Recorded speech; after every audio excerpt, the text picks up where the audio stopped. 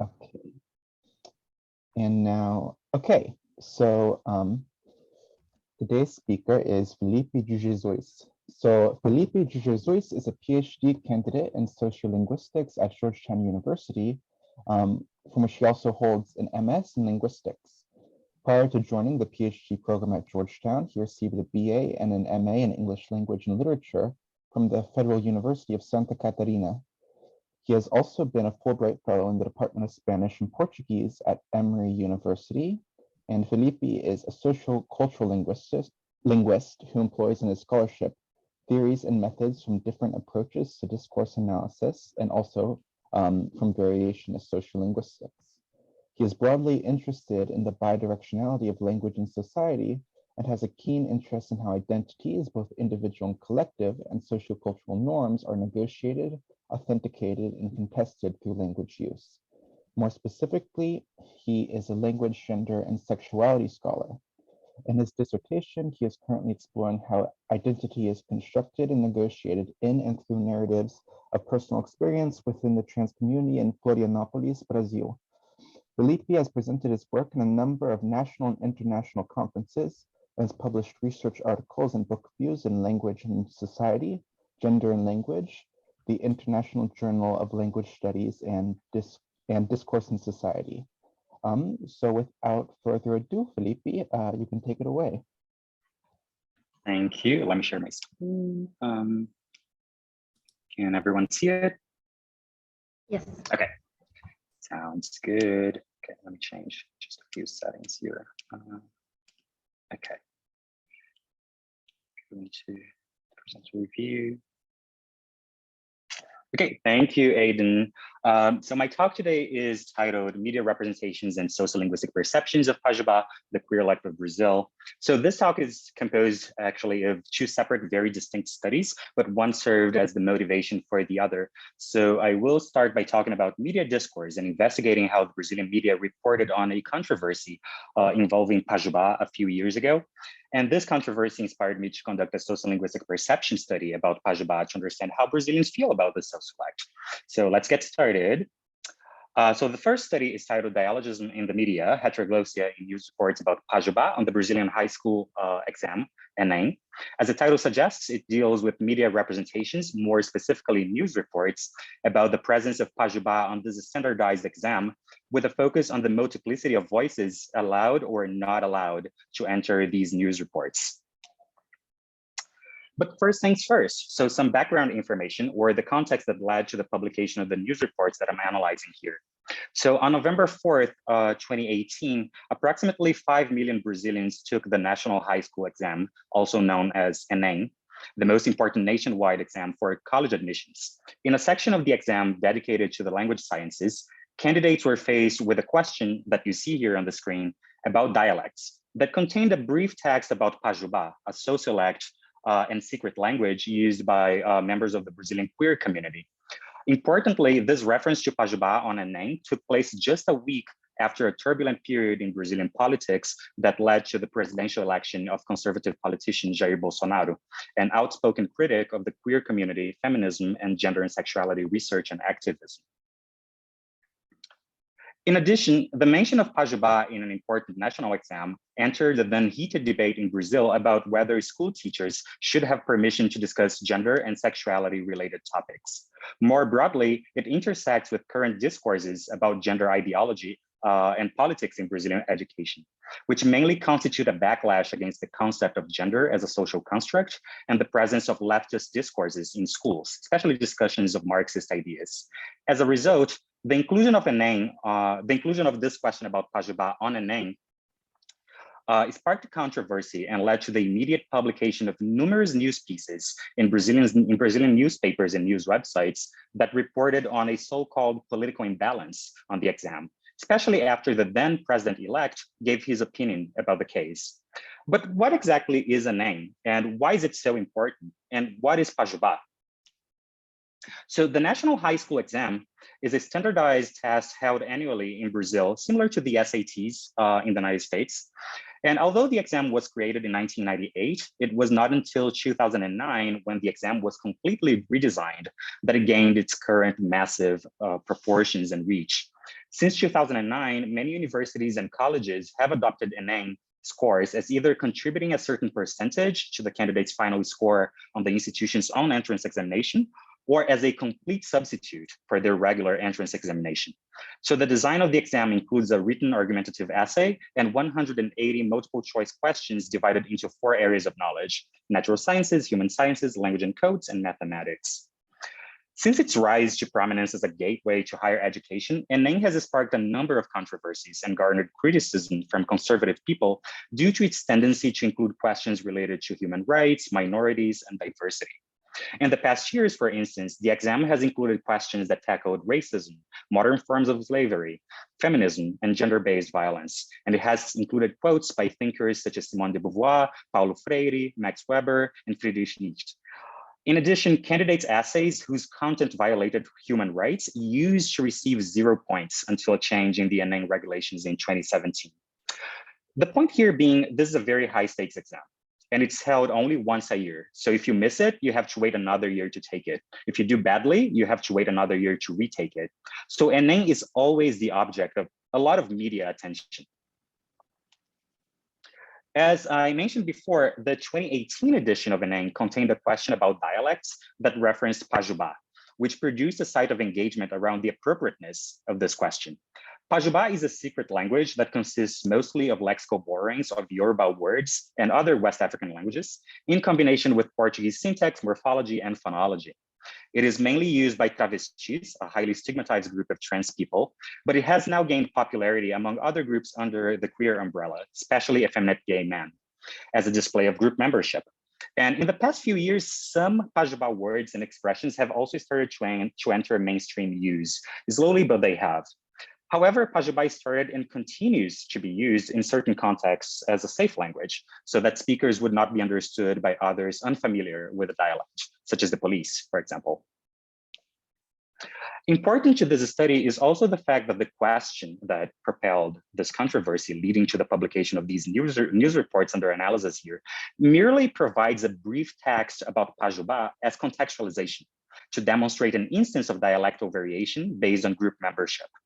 And this is very common when it comes to the way that ENEM designs and presents questions.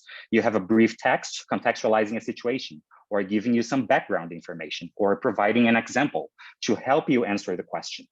So the question that ENEM candidates had to answer, in fact, just concerns what constitutes a dialect, such as Pajubá. In other words, knowledge of Pajubá or any other dialect was not a prerequisite for candidates to answer the question successfully. Given the controversy generated by ENEM, this paper, this presentation, this analysis aims to investigate how news reports published in popular media outlets around the time of ENEM represented the different voices that are in dialogue and compose the discourses surrounding ENEM. As Bakhtin argues, no one is the first speaker, the one who disturbs the eternal silence of the universe. Thus, no text is monoglossic.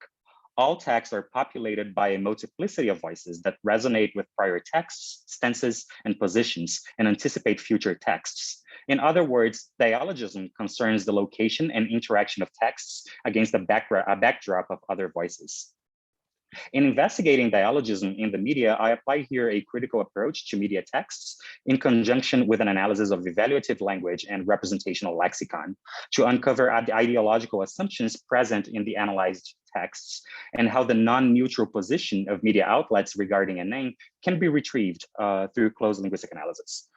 More specifically, I follow a Bakhtinian lens in investigating the heteroglossia, the multiplicity of voices contained within the news reports, to reveal how authorial voices implicitly present their positions and stances towards the issue at hand through interactions with other voices.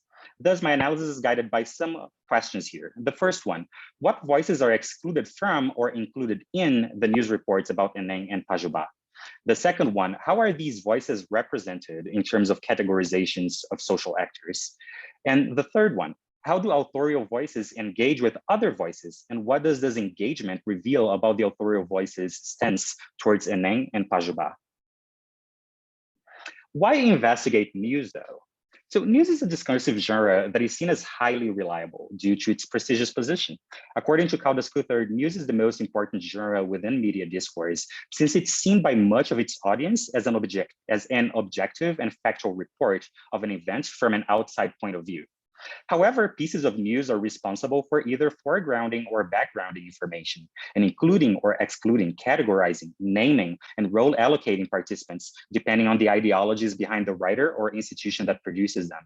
Therefore, news is a reconstruction of reality through the ideologies, opinions, and perspectives of many people, constituting, as Caldas Cuthard puts it, a socially and culturally determined genre, and thus resulting in the creation and maintenance of unperceived power relations. So in this study, I investigate news reports through two specific analytical frameworks: appraisal theory, developed by Martin and White, and Van Leeuwen's work on the representation of social actors, which I will discuss both briefly. Okay, so appraisal is a system developed by Martin and White to analyze interpersonal meanings in terms of evaluative language. It is a system to analyze the language of evaluation. While it does not figure in Halliday's Introduction to Functional Grammar, it was developed, and I quote Martin and White here, it evolved within the general framework of systemic functional linguistics. As a system, it maps the various possibilities of lexicogrammatical realization that convey evaluation at the level of discourse semantics.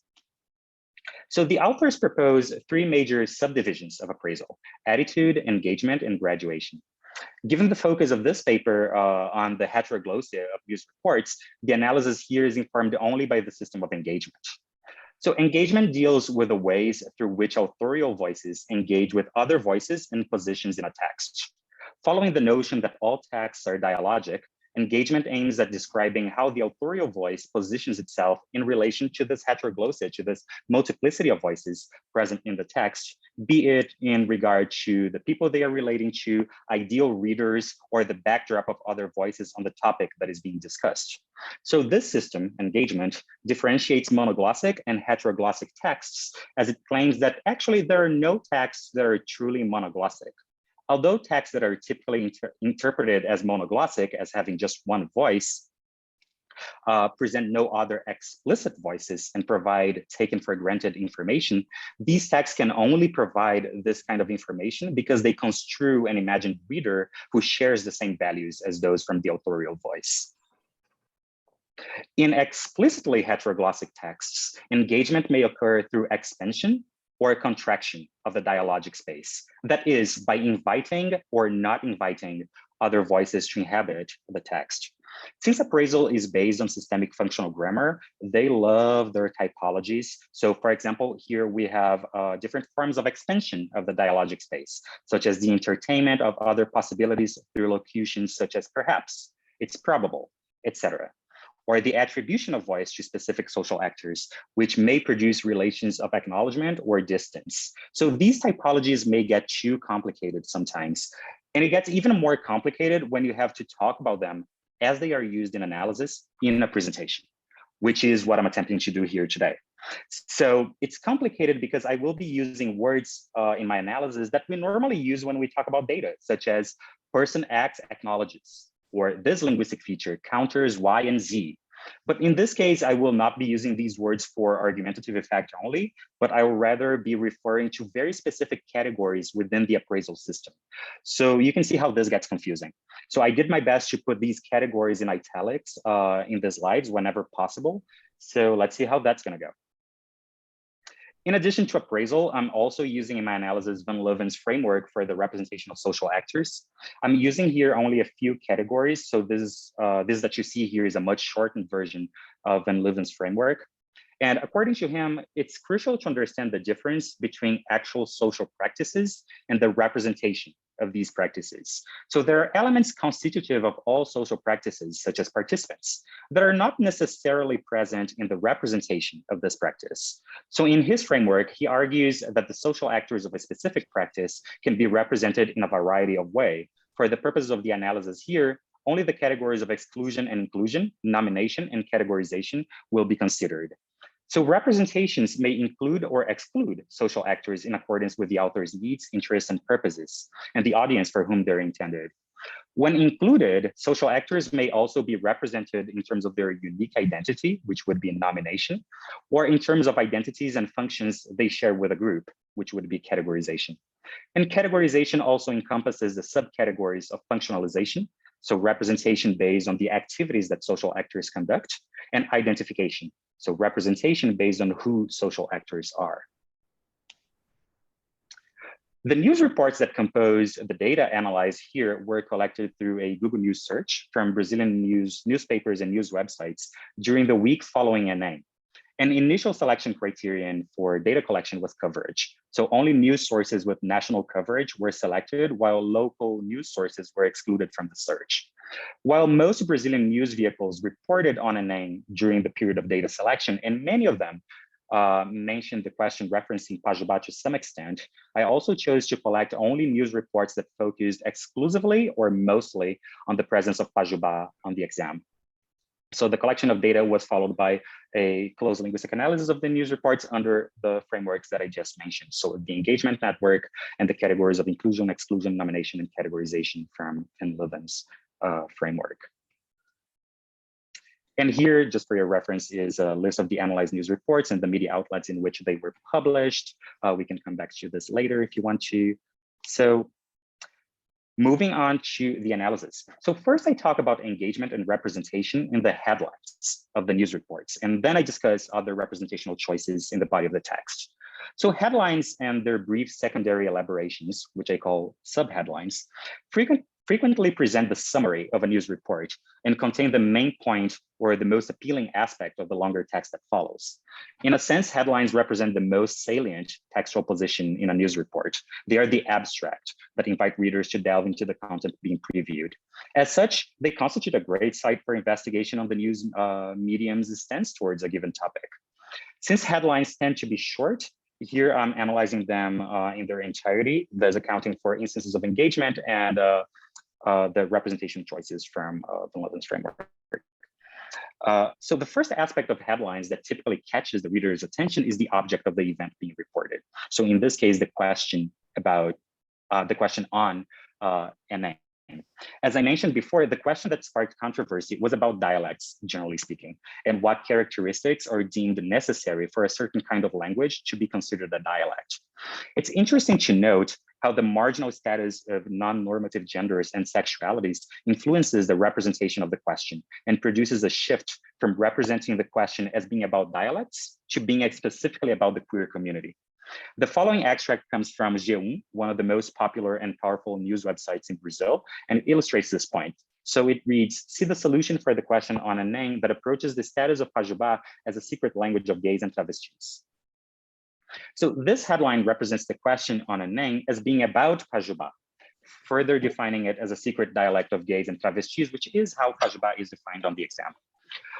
While this could be seen as an instance of manifest intertextuality, or according to Fairclough, the repetition of a stretch of discourse from a prior text, the decision to encapsulate only secret dialect within quotation marks raises some questions here. Although the full descriptor of Pajubá, the secret dialect of gays and travestis, indeed appears on a name, G1's decision to use quotation marks only for part of it, in conjunction with the lack of a quotation verb and a sayer, lead to the possibility that these symbols are in fact what we could call scare quotes.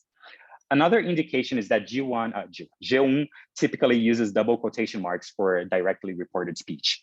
So scare quotes can be seen as an instance of countering within the engagement network, done via non-verbal semiotic means, in other words, punctuation.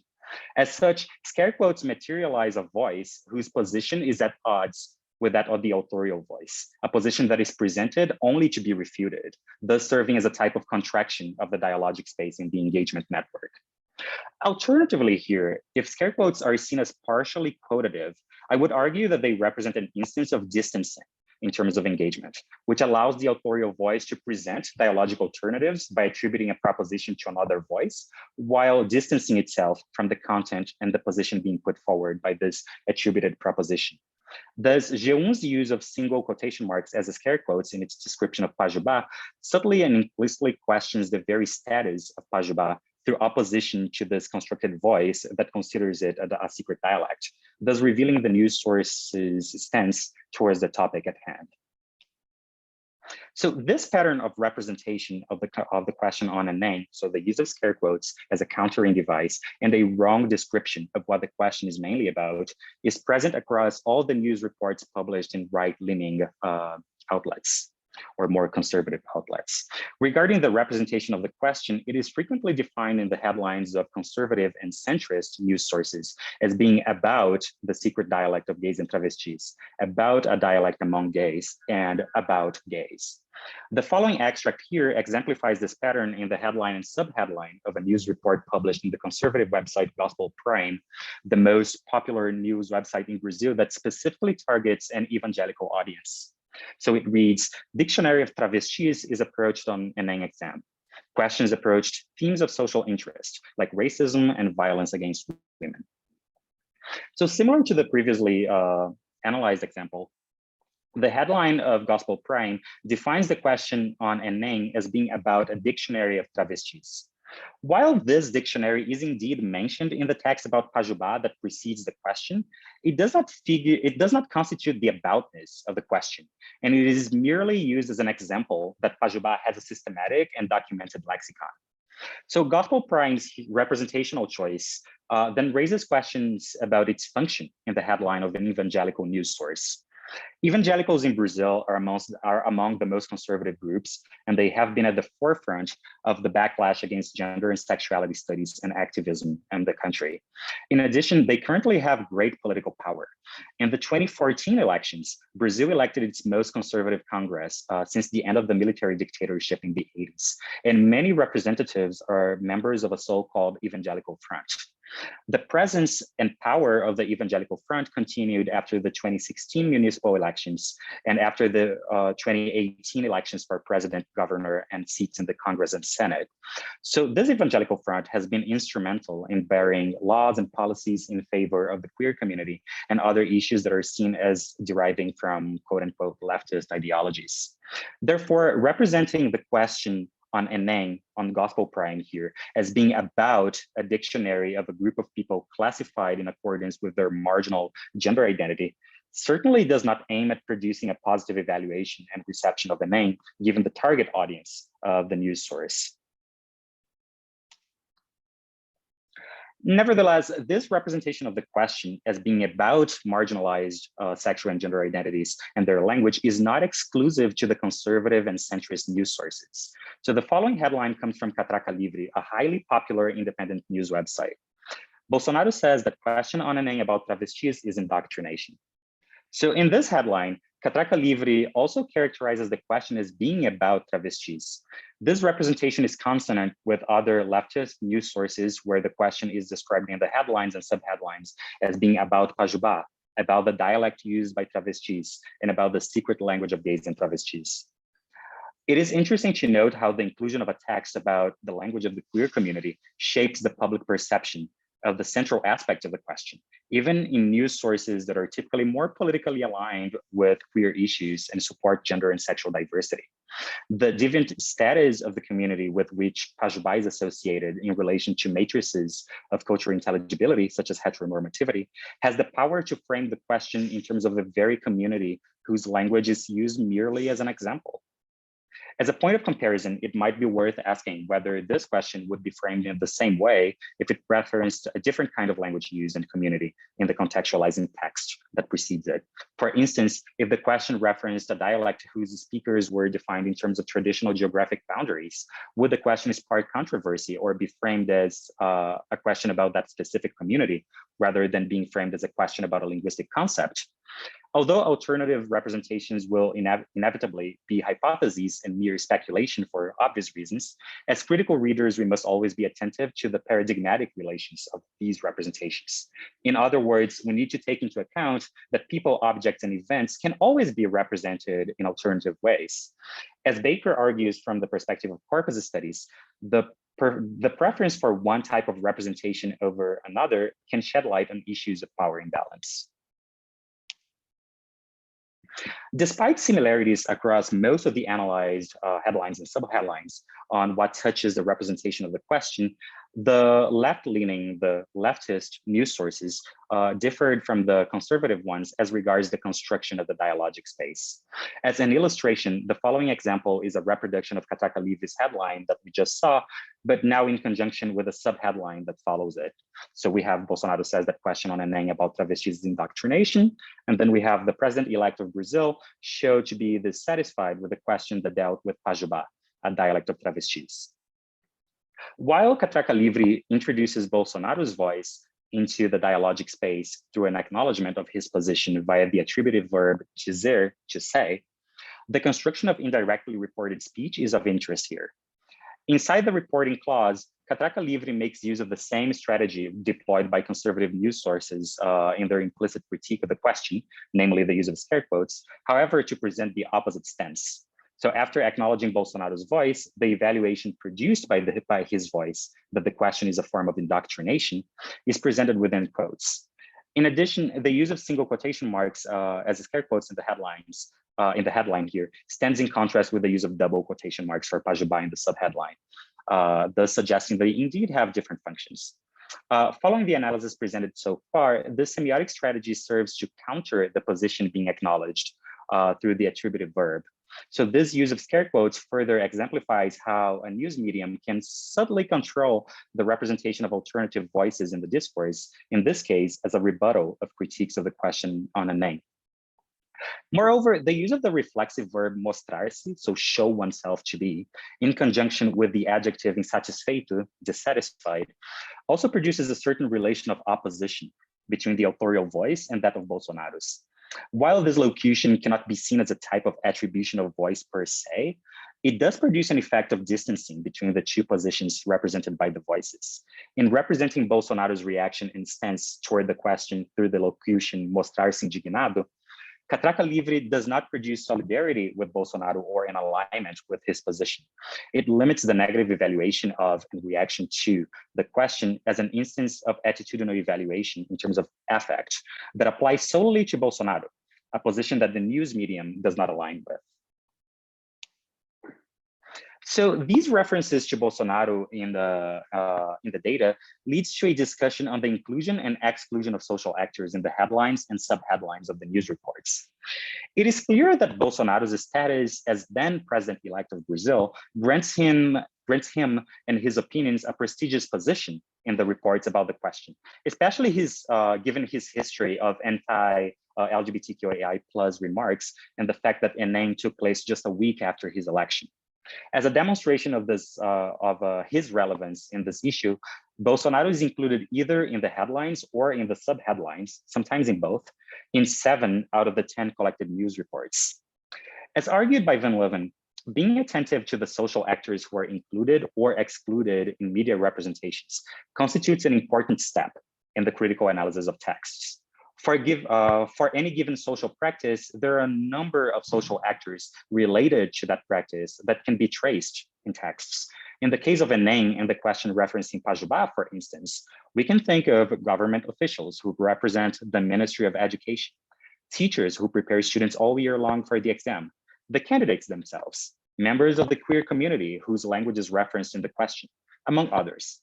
While it is understandable that headlines and subheadlines are short and cannot include a vast array of social actors, who to include is still a choice that needs to be made. Therefore, prioritizing the inclusion of a social actor over another still speaks to ideological assumptions and the opening of a dialogic space. As I just discussed, Bolsonaro's status as president-elect and his history in politics grant him a prestigious position among the options of whom to include in these headlines. As a consequence, he is the only included social actor in 6 out of the 10 analyzed headlines. Out of the 4 remaining headlines, 3 contain no mention of individualized social actors, although they do include represented social actors through abstracting personalization, such as the state, or through collectivized personalization, such as travestis or women. Nevertheless, these are never attributed voice. The only exception comes from the leftist newspaper El País Brasil. It is worth mentioning here that El País was a harsh critic of Bolsonaro during the, oops, sorry. I ended up opening the chat and I don't know how to close it. Okay, close it. So it's worth mentioning that El País was a harsh critic of Bolsonaro during the election period, and Bolsonaro himself frequently attacked the news medium. So this following extract reproduces the headline and the subheadline published in El País. So President of INEP, I lament mistaken understandings. It is not the government that controls a name. Maria Inês Fini, president of INEP, explains how the exam, which bothered Jair Bolsonaro, is prepared every year. President-elect said that he will want to see the exam beforehand.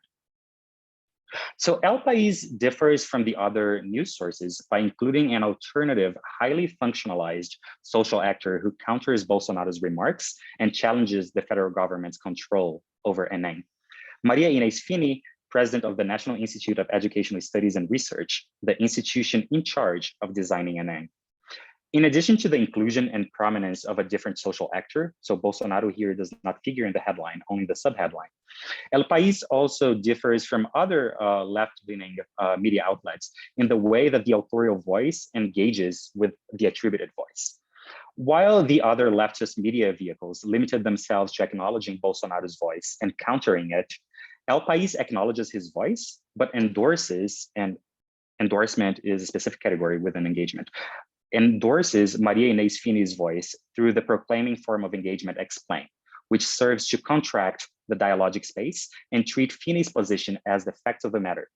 I would argue that the endorsement of and consequent alignment with Fini's position in conjunction with her highly functionalized role served to counter Bolsonaro's acknowledged remark, thus providing insights into the newspaper's stance toward the presence of Pajubá on ENEM.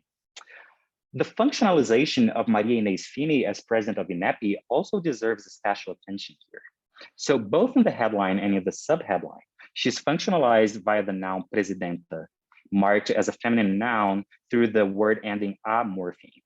The choice of presidenta places this functionalization against a backdrop of prior voices and conversations regarding the appropriate declension of this noun. So the word presidente with the word ending e morpheme was the default word in Brazilian Portuguese for chiefs of state until the beginning of the last decade. Due to the presence of the e morpheme, the word had been typically treated as unmarked for gender. The only indication of the social actor's gender would be given by the determiner that precedes the noun, so o presidente or a presidente. However, this was seen by the feminist movement as deriving from the fact that the position of president had been infrequently occupied by women in any nation. And in Brazil, more specifically, there had never been a female president until 2010. When Dilma Rousseff was elected president, she and others in her government started using the feminine inflected noun presidenta as a political stance and a form of language engineering. So this decision generated great controversy in the first years of her presidency and divided public opinion. On the one hand, some people applauded the decision and the spread of this neologism to other areas as promoting diversity and highlighting women in leadership roles, thus exposing a patriarchal representational gap. On the other hand, some, including most media vehicles, were appalled by this decision, treating it as excessive political correctness and as an incorrect use of the Portuguese language, despite the fact that the use of the word ending a morpheme is completely acceptable and normal morphological alternation in Portuguese. Thus, the use of presidenta in El País's headline engages with this backdrop of prior stances towards the declension of the noun, and also positions the news medium as having a certain kind of political alignment. So I now turn to the discussion of the difference between heteroglossic and apparently monoglossic texts. So in line with the Bakhtinian view of dialogism, Martin and White argue that truly monoglossic texts do not exist, since all texts engage with a backdrop of voices that constitute the topic at hand. The authors claim that apparently monoglossic texts construe a reader who is already aligned with the authorial voice's stance and position. Hence, it is unsurprising that the only news report whose headline constitutes an apparently monoglossic text is also one of the most affect-charged news reports in the analyzed data set, in the sense that its negative stance toward the presence of Pajubá on a name is very clear and highly evaluative. So the following report was published in the conservative newspaper, Gazeta do Povo. And it reads, Enem has ideological imbalance and proposes skewed questions. Mere isolated question on the exam may seem little, but it reflects a broader tendency. It is a direct consequence of the confusion between the state, political agenda, and the school. So this headline provides a bare assertion, so a categorical assertion about the contents of a name, thus producing a monoglossic effect on the text. Following Martin and White, the use of this assertion seems to produce solidarity or alignment with a construed reader who already aligns with the stance of the authorial voice. In other words, Gazeta do Povo construes a reader who is prone to accept, without much judgment, that Enem is ideologically imbalanced. As also argued by Martin and White, categorical assertions such as these may also construe an undecided reader when they are followed by elaborations and justifications. And this seems to be the case here, where the subheadline provides this putative imagined reader with a justification for the categorical assertion presented in the headline. And in this justification, the apparent monoglossia is replaced with a highly heteroglossic text. It is interesting to notice the textual moves conducted by Gazeta do Povo in its construal of the readership here and in its construction of a convincing argument. So after presenting this possibly undecided reader with a categorical assertion about Enem in the headline, Gazeta do Povo proceeds to justify it by entertaining dialogical alternatives through the modal of possibility may, in conjunction with attitudinal items of low graduation in terms of force, so mere and little, that downplay the importance of the question. On the following move, Gazeta do Povo counters the previously entertained dialogical alternative through the connective but, in conjunction with an attitudinal item of high graduation in terms of force, broader.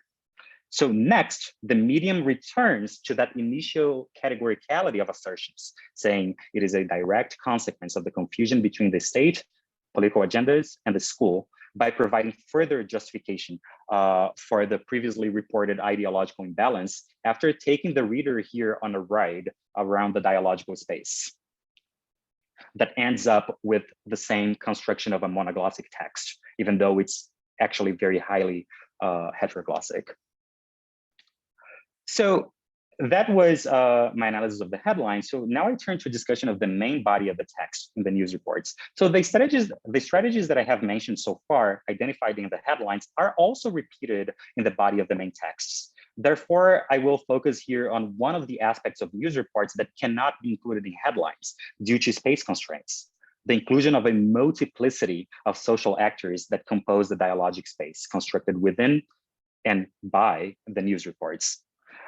Although the dialogic space that encloses representations of a given social practice can be contracted or expanded through a number of subtle linguistic items and strategies, as demonstrated through instances of endorsement, countering, acknowledgement, and others, the most explicit form of dialogic expansion is the attribution of voice to external social actors. So during the analysis of the main text of the news reports in these publications, one clear pattern emerged, and it was the complete absence in all conservative publications of attribution of voice to social actors who support the inclusion of the question referencing Pajubá on a name. So the opposite side of the conversation, so people who would be pro Pajubá, is only presented through assertions constructed by the news medium itself. In other words, without attribution of voice, which are then countered.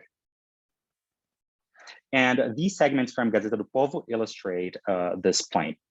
So first it reads, the idea of Enem is in itself destined to failure. You will never be able to put together in a single exam of national coverage, cultural and or scientific aspects of a nation of continental proportions. Evaluates Denis Garcia Xavier, Associate Professor of Ancient Philosophy, Politics, and Ethics at the Federal University of Uberlândia, and Doctor in História de la Filosofia by the Universidade degli Studi de Macareta. And then another one, The human rights on Enem have nothing to do with human rights per se, which are the ones provided in the Constitution, in the law, and in international treaties with law-like strength in Brazil, highlighted Miguel Naguib, founder of the Non-Partisan School Association. So due to this attribution of voice only to critics of Enem, I argue that the exclusion of social actors that represent alternative voices constitutes a higher level of dialogic contraction in comparison with single items that denote contraction and expansion. So this pattern, in combination with the frequent acknowledgement and endorsement via reporting verbs that accompany these attributions. So for example, here we have the endorsement highlight and evaluate. And the high functionalization of these represented social actors to whom voice is attributed. For example, the excessive functionalization of the university professor in that first segment shed light on how these conservative publications implicitly put forward their biased evaluative stances about Enem and Pajubá, while hiding behind this socially constructed perception of the news genre as objective and factual. So many of these strategies are also used by centrists. So far in that previous slide, I was talking about the conservative newspapers, but many of these strategies are also used by centrist and leftist publications, such as the high functionalizations and the endorsement of positions that align with the authorial voice. In contrast, however, these publications differ from the conservative publications in their construction of the dialogic space by attribution of construction of the dialogic space by attribution due to their inclusion of more diverse voices in the news reports. So I didn't include the examples here because they were too long, so you're going to have to take my word for it. But all of the centrist and leftist publications attribute voice to Jair Bolsonaro and sometimes to his son, Eduardo Bolsonaro, as instances of criticism towards Enem, typically through the most neutral type of acknowledgement, so the verb dizer, to say. Nonetheless, these media vehicles also attribute voice to a number of other highly functionalized social actors who present a counterposition to Bolsonaro's voice. The decision to attribute voice to social actors other than Bolsonaro and those who criticize the presence of Pajubá on Enem already places these publications in stark contrast with the conservative news sources, given the latter's tendency to present a one-sided view of the situation.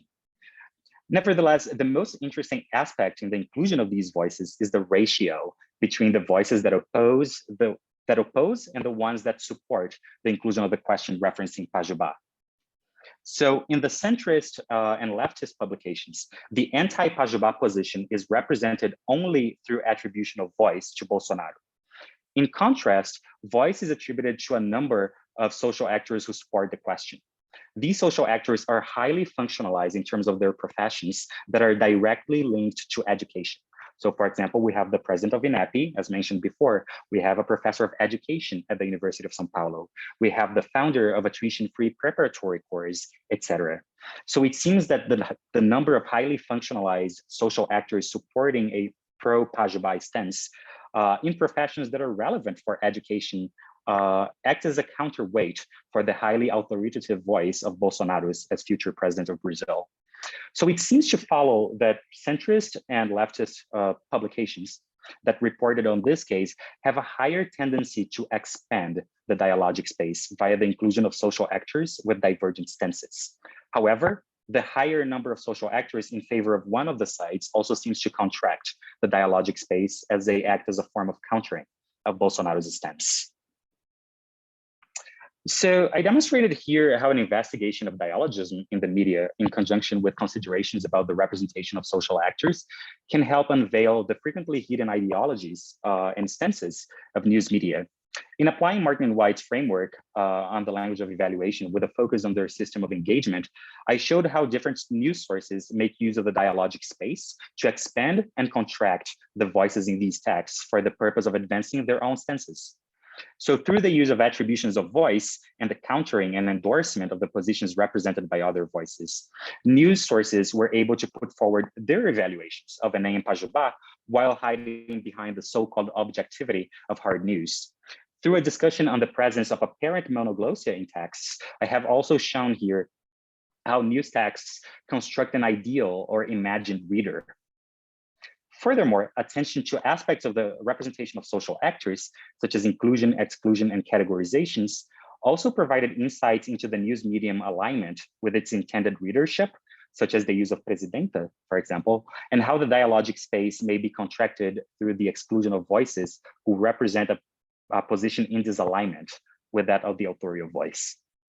So this analysis here adds to scholarship on media discourse and questions of power, which has been successful for decades in showing how news reports do not constitute a neutral point of view. While I did not attempt to make broad generalizations about the discourse of news media in accordance with their political views, the results reported in this analysis showed that some trends apply to sets of the data. For example, the tendency of centrist and leftist publications to be more dialogically expansive in their inclusion of attributions of voice to participants who represent divergent points of view. More generally, however, this study revealed how publications of all political inclinations make use of similar strategies in terms of engagement to counter or distance themselves from positions that disalign with their own, while endorsing the ones that better align with the authorial voice. In sum, this work thus supports and contributes to the Bakhtinian notion that all texts are dialogic, while showing how investigations of dialogism in the media can help deconstruct positions that are embedded in media discourse through subtle linguistic means. So that was the first thing that I wanted to talk about today. As I mentioned in the beginning of the presentation, this whole controversy about Pajubá on a name led me to conduct this analysis of news reports, but also led me to think and question, but wait a little bit. How do people feel about Pajubá outside this very high stakes context of a name? And this is how I began to develop the second study that I'm going to be talking about today, titled Aquenda-se Pajubá, Sociolinguistic Perceptions of Queer Language in Brazil. So this is a pilot study in hopes of conducting a more full-scale project in the future. So any comments here will be highly appreciated to help this work in progress.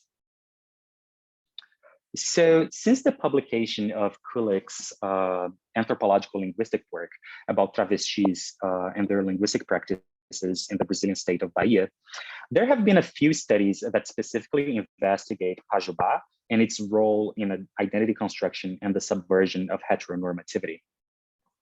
Nonetheless, to my knowledge, there have been no studies whose aim is to scrutinize attitudes toward Pajubá, let alone in the form of a controlled sociolinguistic perception experiment. Perception experiments have been fruitful in the past decade or so in demonstrating the social meanings attributed to language variants more generally, and in their connection to sexual identities more specifically, in addition to shedding light onto the indexical field produced by the relationship between attitudinal judgments. Thus, this study contributes to the literature on the sociolinguistic perception of social identities and adds to the still incipient literature on Pajubá in Brazil. So in recent years,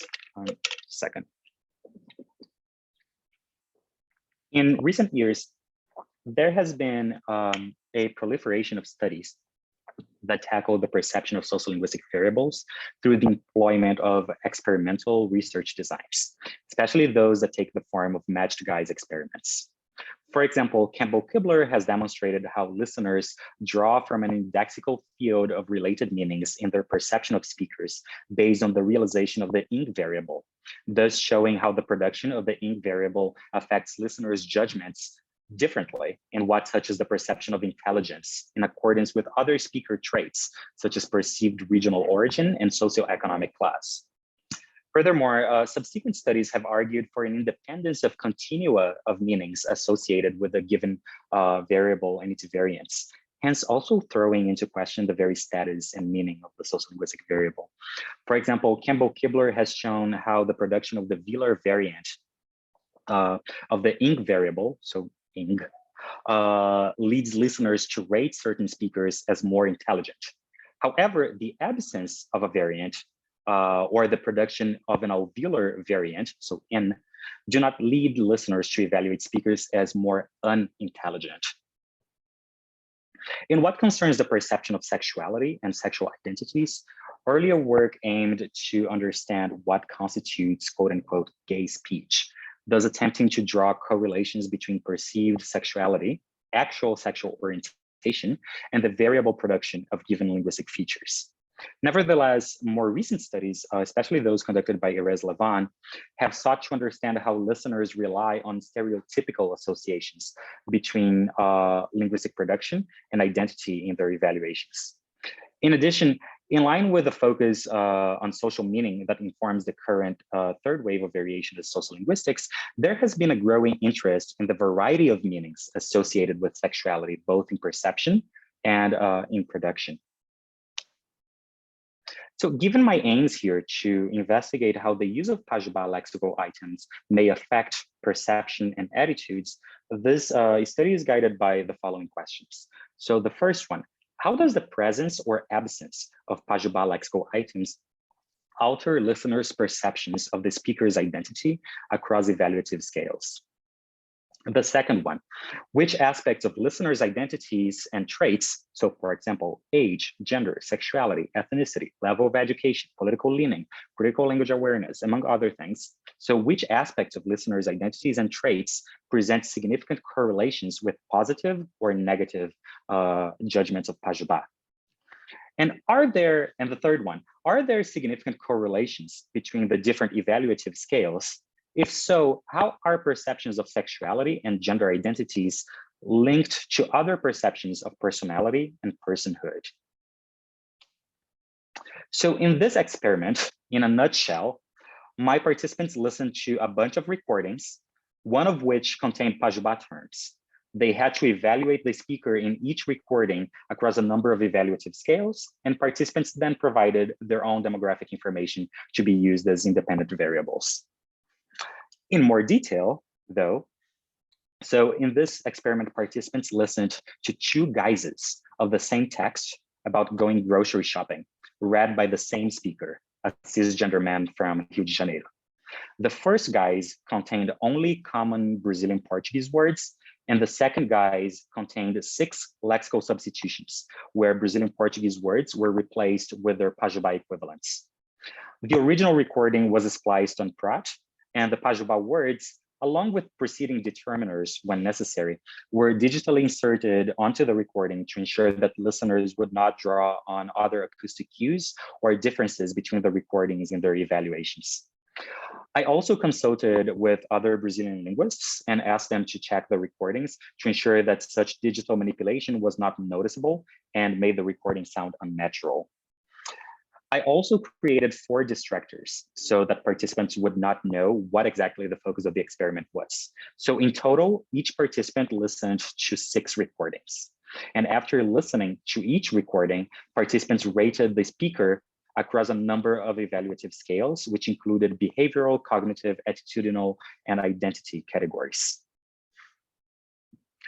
So here I have the short text that participants listened to. I won't read the text for the sake of time, but we can come back to it during Q&A. And the words in bold were the words that were substituted. So you had one guys with just common Brazilian Portuguese words and the other guys with Pajubá words. And here we have the specific words that were replaced between the 2 recordings. So we have both the standard Brazilian Portuguese versions and the Pajubá words and their English translations. So the words that were replaced were the words for woman, man, child, police, lying, and money or cash. And here's a visual representation of what listeners listened to. So we have the distractors, which included variation in terms of the gender of the speaker and also in terms of their regional dialect in order to divert listeners' attention from the lexical variation in the 2 guises of interest. And the order of the guises was also controlled so that half of the participants listened to guise 1 first and then guise 2, and the other half of the participants listened to guise 2 first and then guise 1 to see if that would have any effects. And here are the evaluative scales. So these were 6-point scales. So after listening to each one of the recordings, participants had to say on a scale from 1 to 6, how intelligent they felt the participant was, how friendly, how heterosexual, how smart, how rude, how gay, how articulate, trans, dumb, trustworthy, conservative, and masculine, or feminine and effeminate. After they were done with the experiment itself, participants had to rate how much they agreed or disagreed with a number of statements that aimed to assess participants' levels of critical language awareness, their tolerance of ambiguity, and their attitude toward linguistic variation, which were used as independent variables in the analysis. I will not go into detail about these because honestly, none of them actually improved the statistical model in any way. And in addition to that, participants also self-reported their demographic information. So age, gender identity, sexual orientation, place of origin, race and ethnicity, level of education, and self-reported political leaning. The entire experiment was administered via an online survey, and it was designed on Qualtrics. I used my own social network to recruit participants using snowball sampling. Of course, this comes with many problems. Okay. So of course, someone just called me. Of course, this comes with many problems, some of which are very clear here. So I had a total of 54 participants with an average age of 31.4 years. About 57% of them were cisgender women, and the vast majority were white and heterosexual. Also, about 50% of them came from the state of Santa Catarina in the south of Brazil, which is where I'm from. And their self-reported political leaning also indicated that they were considerably more liberal than conservative. Okay, now moving on to the results.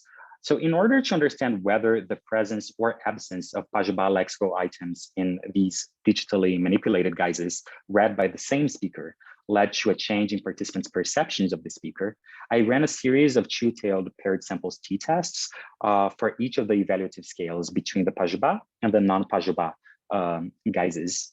So here I'm presenting only the statistically significant results. As we can see in the graphs, the presence of Pajubá in the text made the speaker be evaluated as less heterosexual, gayer, more trans, less intelligent, less articulate, dumber, ruder, and less conservative. So answering the first research question, how does the presence or absence of Pajubá lexical items alter listeners' perception of the speaker's identity across attitudinal scales? Out of the 13 evaluative scales chosen for this study, the statistical tests revealed that the presence or absence of Pajubá lexical items affected 9 evaluative scales, so 9 out of 13. When the order in which the guises were heard by participants is disregarded as an influencing factor, the t-tests suggested that when using Pajubá terms, the speaker is perceived as less heterosexual, gayer, and more likely to be transgender. So these results are unsurprising, given that Pajubá is a dialect specifically associated with the queer community in Brazil, especially gay men and travestis. Nevertheless, the speaker of the Pajubá guise was also perceived as less intelligent, less articulate, dumber, ruder, less conservative, and more feminine or effeminate. These results are revealing of the possible connections that listeners make between Pajubá and queerness in conjunction with understandings of gender performance and political leaning. Perhaps the most striking results here relate to the extent to which the use of Pajubá is generally associated with negative perceptions in terms of intelligence, rudeness, and articulateness. Given that I used my own social network as a starting point for the snowball sampling, and the fact that most of my social network is highly liberal and progressive in terms of its social and political agenda, it was surprising to see that even so, Pajubá largely received negative evaluations. So these results shed light onto the controversy that surrounded the inclusion of Pajubá on ENEM, which I discussed earlier today. And it broadens our understanding of how Pajubá is perceived by society at large. It is important to point out, however, that these results may be a mere reflection of the status of Pajubá as a non-standard dialect, rather than a reflection of its association with the queer community. So it would be important to address this hypothesis in a future study, maybe by incorporating some other guises that also contain non-standard lexical items associated with other communities of practice. So in addition, the results reported here also help illuminate understandings of masculinity and femininity.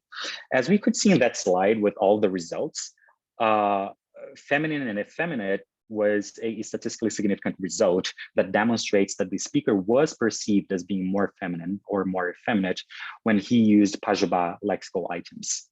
However, masculine was not statistically significant. This points to the independence of these scales. In other words, masculinity is not the polar opposite of femininity. Furthermore, it also reinforces Campbell Kibler's claim that linguistic variants work on independent continua of meaning. In other words, the use of one variant may lead one to be perceived as more feminine, but it does not follow that it will lead one to be perceived as less masculine.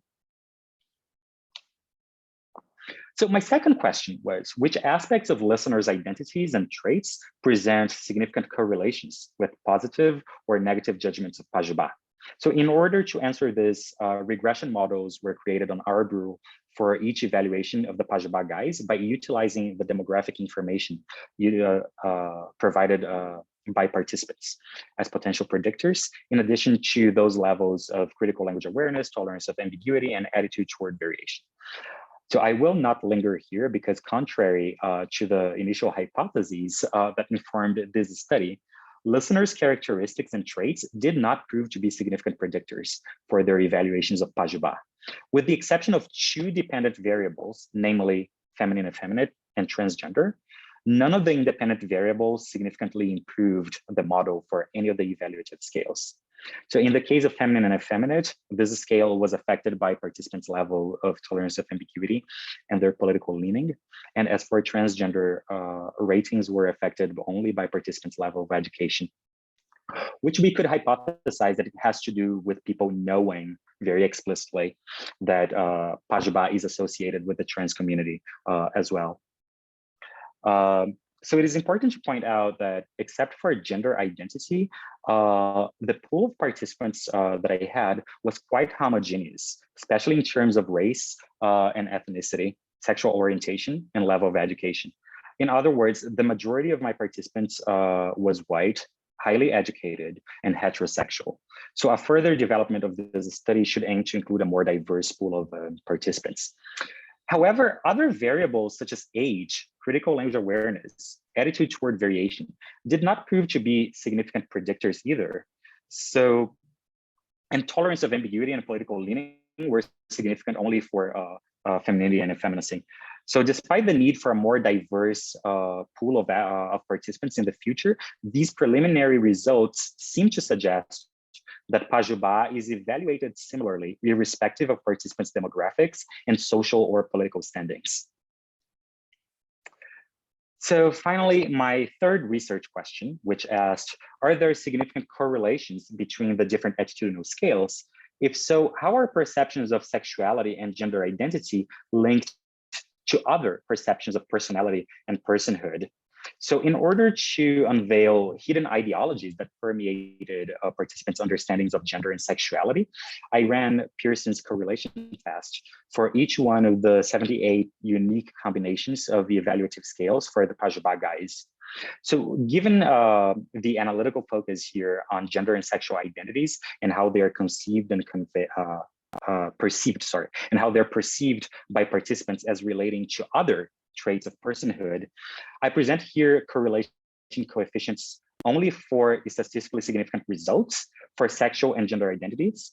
So the ones that correlated with heterosexual, gay, and transgender, and the qualifiers that relate to gender performance, so masculine and feminine and effeminate. And here we have the results. I'm gonna leave this on the screen just for a little bit. As I said, we're looking for the correlations that we have for heterosexual, gay, transgender, and masculine and feminine effeminate. Okay, moving on. We can definitely come back to this later. So the correlation tests brought expected results that met the initial hypothesis held by me, such as associations between sexual orientation, gender identity, and gender performance. For example, evaluations of gayness correlated positively with evaluations of effeminacy, thus confirming the normative assumptions held in the popular imaginary that link gayness and displays of femininity. The most striking result, however, concerned masculinity and its correlates. As a reflection of the high value assigned to displays of masculinity in society, evaluations of masculine positively correlated with evaluations of intelligent, friendly, and trustworthy, and negatively correlated with evaluations of dumb. So, as I said in the beginning, before I go into my conclusion, wrapping things up. So as I said in the beginning of this part of the presentation, this was a pilot study. So it has many problems in its design and execution, which I hope to remedy in a future iteration of the same study. So some of the limitations are obvious, such as the low number of participants and the lack of a more diverse pool of participants. And other than that, there will always be inherent problems with the use of lexical variables in a controlled experimental design.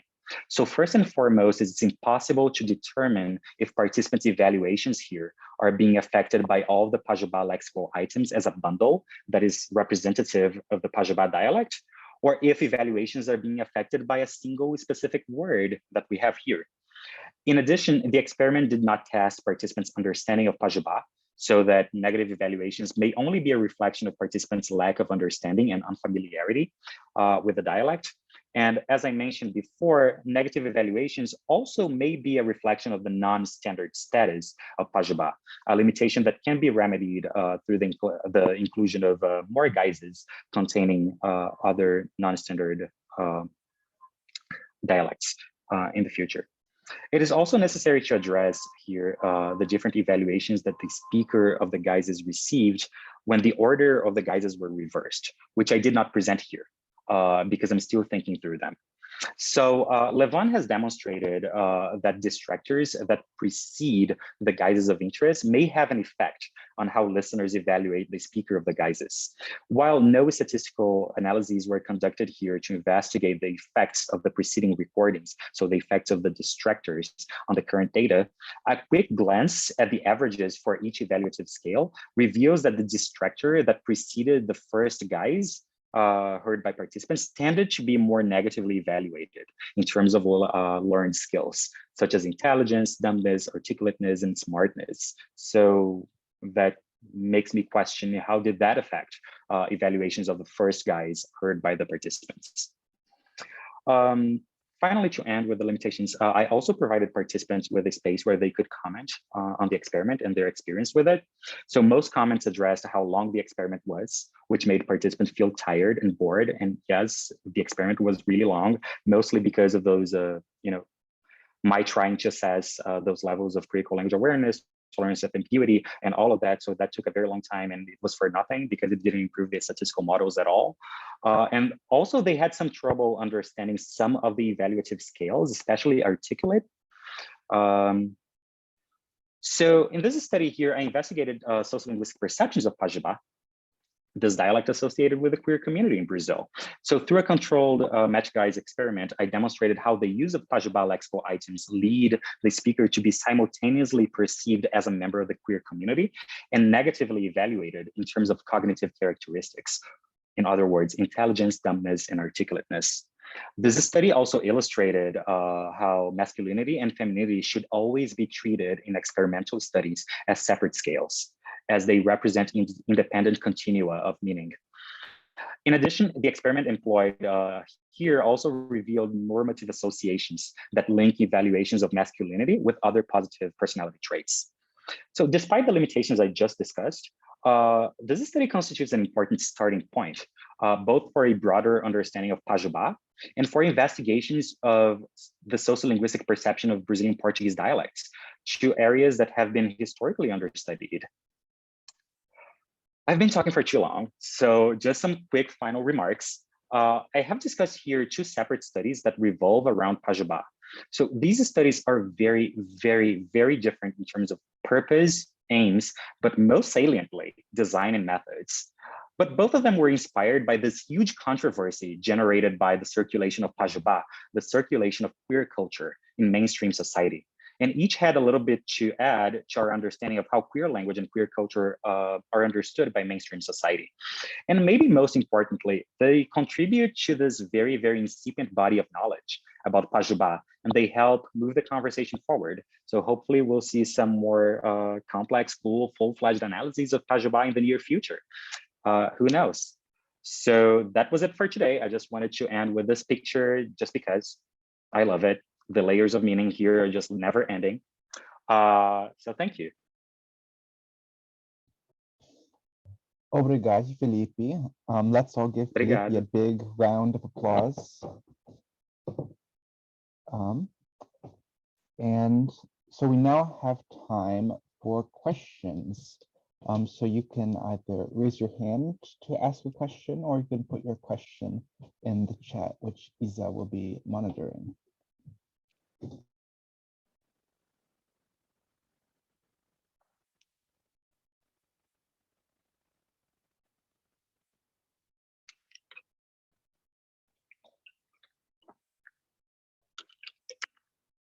Amazing, no questions, so I can go to the beach. Not really, I'm in Sao Paulo right now, no beaches. Okay, thank you for this talk. I was wondering, so thank you for this talk. I was wondering why you chose lexical variables instead of phonetic variables for the matched guys, and do you think you would get different results? So I chose lexical variables because Pajubá is defined. So what defines Pajubá is the lexical borrowings from West African languages. So it uses Portuguese phonology, Portuguese morphology, Portuguese syntax. So if you know, in terms of like phonetic variables, like people are just using their own dialects when it comes to pronunciation, right? What distinguishes more standard uses of Brazilian Portuguese from language uses that contain Pajubá is lexis. Pajubá is defined by lexical borrowing. So that's pretty much the only way that you can run a perception experiment on Pajubá, by using lexical variables, but that comes with so many problems. Okay, I see we also have a question from Juan. Yes. Let me put my camera on. Thank you so much for such an interesting talk. And my question is about your talk, but it's more generally about methodology, right? And match guys test in general. And just as this as a disclosure, I'm an anthropologist, so I am I come from a different kind of tradition methodologically from this. But it always strikes me when I see people doing match guys test that where does the guises come from, right? Because you put guises such as intelligence, right? And why intelligence? Why dumbness? Where are these qualias coming from, right? This is a list of qualia that a match guys test is, as I understand them, supposed to tell you about the beliefs of the person that is there. So what are those guises coming from a previous ethnographic kind of gaze that you see in the community? Are people talking about intelligence in Pajubá before you actually ask about intelligence? Is my question. This guys is coming from this kind of interaction, or I mean, are these things like standard things that you wanted to find there previously? Thank you very much for your question, because that's a super interesting question. So in this study specifically, this pilot study, I used categories, evaluative scales that are typically used in other perception experiments. So they're not, there was no kind of previous ethnographic study informing my decision for choosing these specific evaluative scales. Since it's a pilot study, I was just using the scales that are very commonly used in perception experiments.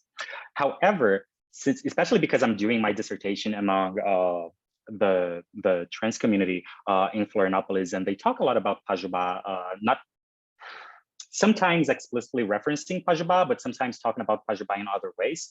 But there are lots of opinions about the use of Pajubá. So I will, in a future study, in a future perception experiment, I will definitely use some of these conversations that I have been having with my participants, or that I have overheard my participants talking about when it comes to choosing evaluative scales. But yeah, just to answer your question like shortly, for this specific study, I'm simply using categories that were already associated with like the standard categories that we use in perception studies. Thank you. Mm-hmm.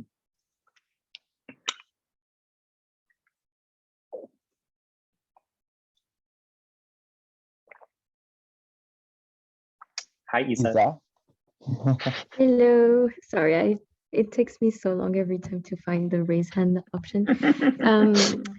So now that you said, for future study and everything, I'm very curious to know, because you did your the pilot research, you did it near the area where you live in Brazil, but I'm wondering, like, how do you expand later on with this pilot? Because it will be very interesting to know what kind of new framing you can use if you go to a different place, like maybe a larger city or something. Like, I'm just curious, like, what will be the new variables that you will need to include, and how you will go about to do it on the ground.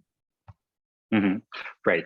So some of the news, it seems that most of the conversations around Pajubá, at least among, and there's also like the difference between like, Pajubá, conversations about Pajubá from within the queer community and also like from outside. So there's that difference. But like with my participants, it seems that there's a lot of conversation about uses of Pajubá being too much, making you be too extra, making you not be taken seriously. That idea of like, especially with people who are like more politically active within the queer community, there seems to be a lot of it seems that their stance towards Pajubá seems to be this one of like, oh, we're not being taken seriously by other people because we speak this way. So that seems to be like the core of the conversation. So I will definitely try to incorporate that into a future study. But at the same time, we have other people who are, oh, this is like a marker of my group membership and I'm proud of it. And so yeah, lots of like different opinions, and definitely I would love to incorporate that.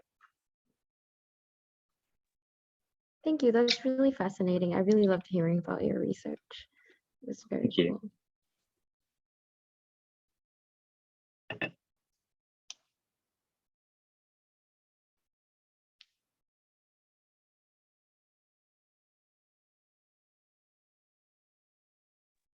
Well, Nikki, you can go. I can get my video going, but I'm going to start talking. So thank you, Felipe. It's very interesting to think about.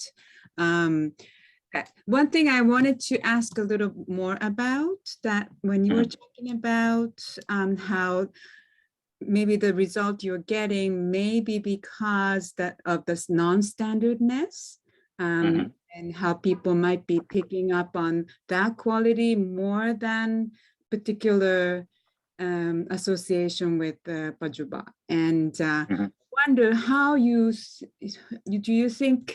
you have already ideas of how you could maybe tease that out? What would you do? Or what kind of sociolinguistic study might be able to respond to that, bundling that might be happening? I wonder if you have some thoughts, or what would be the challenges maybe for that. And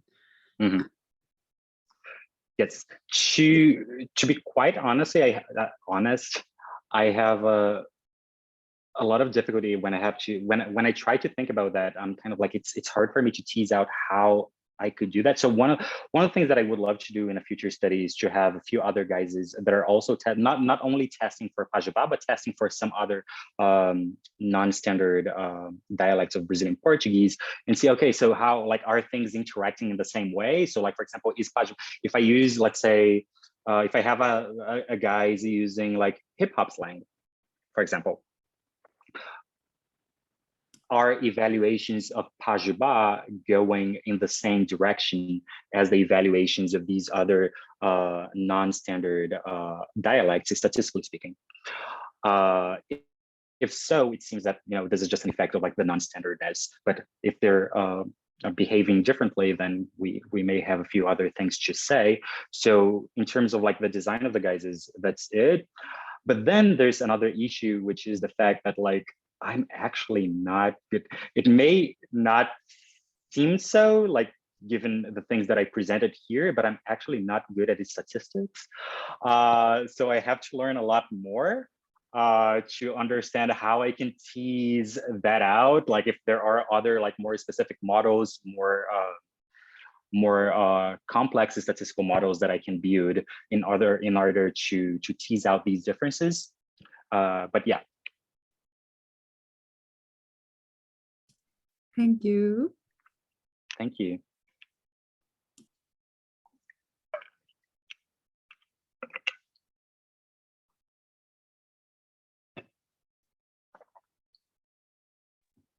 I have a little question, and then depending on the answer, I might have another question. So in Brazilian Portuguese, is gay, is that an umbrella term for, like, is that like queer, or is it like specifically homosexual, or is it like homosexual male? What does gay mean in Brazilian Portuguese? It varies. More commonly, it's used to mean homosexual men, but sometimes it's also used as an umbrella term, but less frequently. Okay. In very early on in the first study, when you're showing conservative headlines, you showed the various ways they reference Pajubá on the exam, and, you know, some repeat what they said. You know, like, I forget what they said. Secret dialect of gays and travestis. The other ones, I think, here. Yes, they just said it was a dialect among gays or about gays, which is, you know, interesting, especially considering, I believe you said that Pajubá originated among travestis and then spread beyond. So was this like something that recurred throughout headlines? And if so, like, do you have any thoughts on this apparent erasure of travestis in discourses about Pajubá? Oh, absolutely, yes. So it occurred in many, not all of them, of course, but like in many of the headlines. And in the way that I read it, this is not being used as an umbrella term.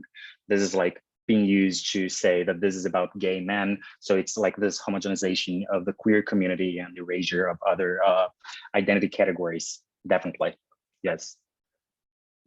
Okay, thank you.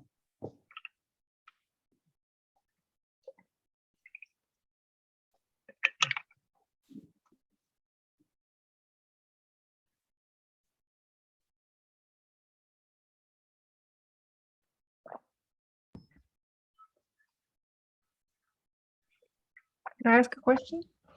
Yes, go ahead, Yes. CC. Hi, Felipe. Thank you for a really interesting talk. It's very interesting that you're approaching this from two different angles, and you've worked so hard collecting data in two different ways. It's really interesting. So I was curious, first of all, I mean, some people have critiqued this idea of a gender-lect or a queer-lect or something existing. I'm wondering how you theorize that. And secondly, I'm wondering, to what, you haven't mentioned race really, and I'm curious to what extent race is conflated here with travestis and being a travesti, or the language itself, and how that might have informed some of the ways people think about this particular variety of language. Thanks. Right. Can you repeat the first question? Yeah, so I'm wondering, this notion that there is, there is such a thing as a queerlect. Oh, yes, yes, yes, Yeah, yes, yes. how you theorize that. Mhm. Yeah, I mean, I understand some of the critiques when it comes to, especially when it comes to certain other like levels of language, like for example, like phonetics, and so on. Like I understand where that critique is coming from, but when it comes to dialects or language varieties that are constituted of basically lexical variants, like Pajubá, that are almost only used by members of the queer community. So people who identify with the queer community, and it serves as a marker of group membership. I honestly don't see how that cannot be seen as being a queerlect or a genderlect in some way, because we are very explicitly using that to mark our identities as being part of this non-normative group. And even when it's used by straight people, especially, there's a very funny video from Porta dos Fundos, which is this kind of a comedy channel, a Brazilian comedy channel on YouTube that kind of is a good representation of this situation. But there are many straight women who use Pajubá nowadays, those typical straight women who have a billion gay friends and like to think of themselves as being part of the community, just like, their gay friends are. So that is also like indexing that sort of connection or alignment with that community. So to a certain extent, I cannot see how that cannot be thought of as being a queerlect. Now that it's being appropriated by some other communities, maybe that's going to change to a certain extent, but originally, definitely. The second question about race, and especially because Pajubá originated, and this actually goes back to Aiden's question. But the idea, so Pajubá originated with travestis, which are this very stigmatized group of trans people in Brazil, usually people of color from very poor backgrounds. So all of that is connected. And how Pajubá has been erased, or well, the opposite, how travestis have been erased as the originators of this language. And obviously now that a lot of effeminate gay men use it, white gay men get the credit. So all of that is erased to a certain extent in the public discourse about Pajubá, and how Pajubá is also represented in the media. And by that, I do not mean only like news reports like I'm analyzing here, but also that video, for example, that I mentioned, that like comedic sketch on YouTube, how it's very whitewashed.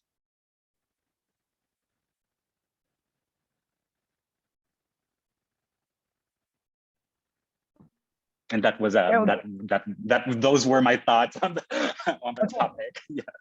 Yeah, it seems like some kind of analysis of social media might be really interesting to include here.